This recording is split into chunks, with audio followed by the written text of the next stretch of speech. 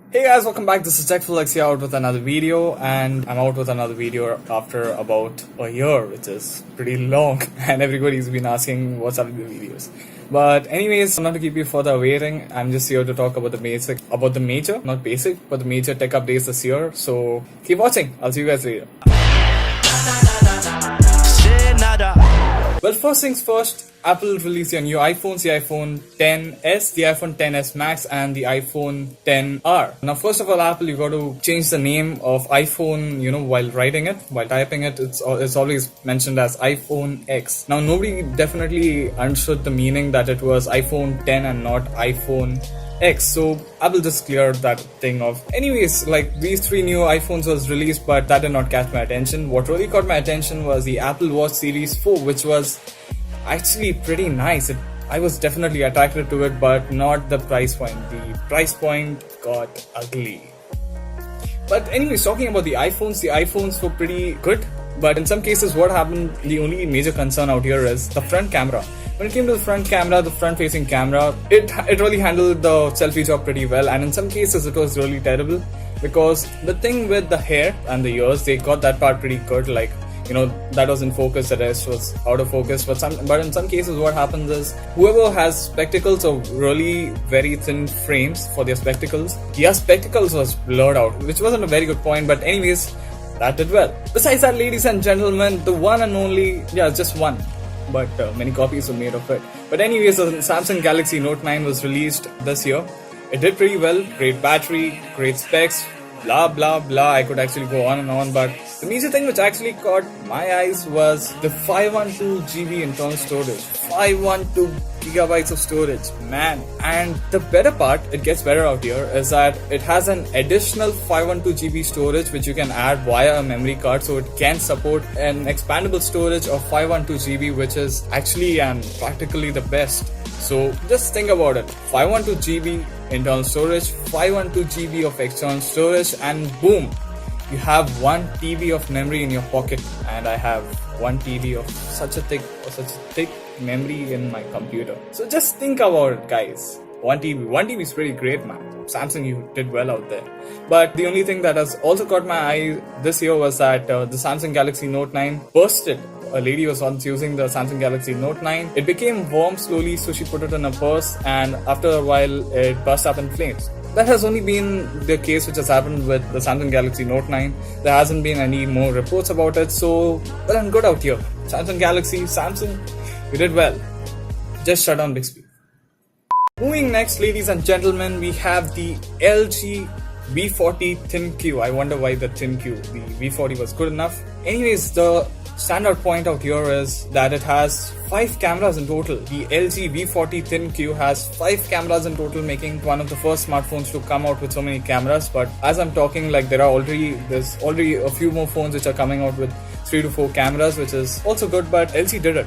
Now talking about the camera structure, how is it? So you have 3 cameras in the rear and 2 cameras facing you. Okay, so 2 cameras facing you can definitely understand it's for the so-called portrait mode, so that you have the background blur and you in focus. But besides that, when it actually comes to the 3 cameras behind, there is a telephoto lens, a wide angle lens, and a standard lens or a standard camera. So the standard camera is like the standard camera that you have in your phone. The telephoto lens is to have a really zoomed in photograph without losing any of its quality. And the third one is a wide angle lens. So how good is the LG V40 ThinQ? It is good for all those mobile photographers out there, for all those mobile guys who really like taking snaps, posting it on any social media, or who are actually making money out of those images that they take. So for them, the LG V40 ThinQ is a really good deal. Unless you happen to be very rich and you feel like, probably that is for you, you could actually go for it, or else it's not for you, to be very honest. But without this, guys, actually all those people having the LG V40 are really lucky. But actually, besides that matter of point, if you would have to have a normal phone without the telephoto lens and all that, now you would have to buy external lenses. You would have to buy this fisheye lens, or this wide angle lens, which happens to be a separate strap on your phone. So you would have to do that very often. But LG V40 ThinQ already does this for you, so that's good. So good job, LG. Moving further, guys, we have the Oppo and the Vivo smartphones, which did make it to the hit list this year. Talking about Oppo, now what Oppo actually did was, when it came to the front-facing camera, so first of all, the main thing that they really try to, highlight to everybody is that the unending screen, the infinity screen, or however you want to call it, screen without any bezels, to be very clear. So out here, what they actually did is they have a motor which happens to have the selfie camera or the front camera for you. So whenever you happen to put on your camera facing you, like you want to take some selfies or something like that, you turn on the camera app, there's a motor which pops out from the top, and boom, from there you can take a photograph. Also above that, it also has facial recognition, so whenever you happen to turn on your phone, like you want to unlock your phone, you just put your eye towards it, the motor comes out, and that's it. Moving next, we have the Vivo Nex. The Vivo Nex is a pretty sweet phone as well. First of all, Vivo also says that it has the infinity screen or the unending screen, or actually it's basically bezel-less. It's a bezel-less phone, and it also has a motor which gets the camera on top for the front-facing camera, and it also gets it back down when you're not using the front-facing camera. So it's very simple. You open the camera app, the motor comes up, the motor comes down. That is very simple. That does do very nice. But besides for that, the special thing about the Vivo Nex is that it has the fingerprint scanner below the display. I'm not kidding, it's not there on any hardware part. It does not have a separate hardware for it, but the Vivo Nex has its fingerprint scanner below the screen, which is a really nice thing. So you would not have to put your finger behind the phone so that your finger gets scanned and you get to unlock the phone or get to make payments or anything like that, but this gets the job done. On screen, you have the fingerprint scanner, which is great. Lovely job, Vivo, lovely job. Just don't do too much of makeup on the cameras. That's it. That's all I ask for.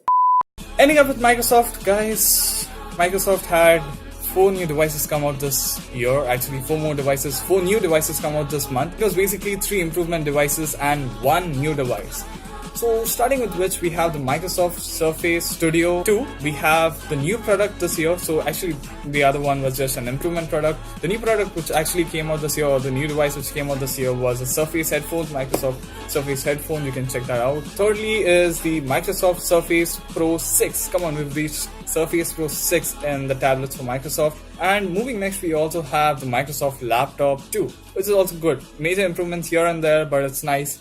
Along with this, they've brought in the color black for the Microsoft Surface Pro 6 and also the Surface Laptop 2. I would say that it does look nice in the ad, so you could actually go for it if you have the budget for that. But I feel that's too expensive. But you can get the job done by assembling a PC, or, well, Microsoft speaks for Microsoft.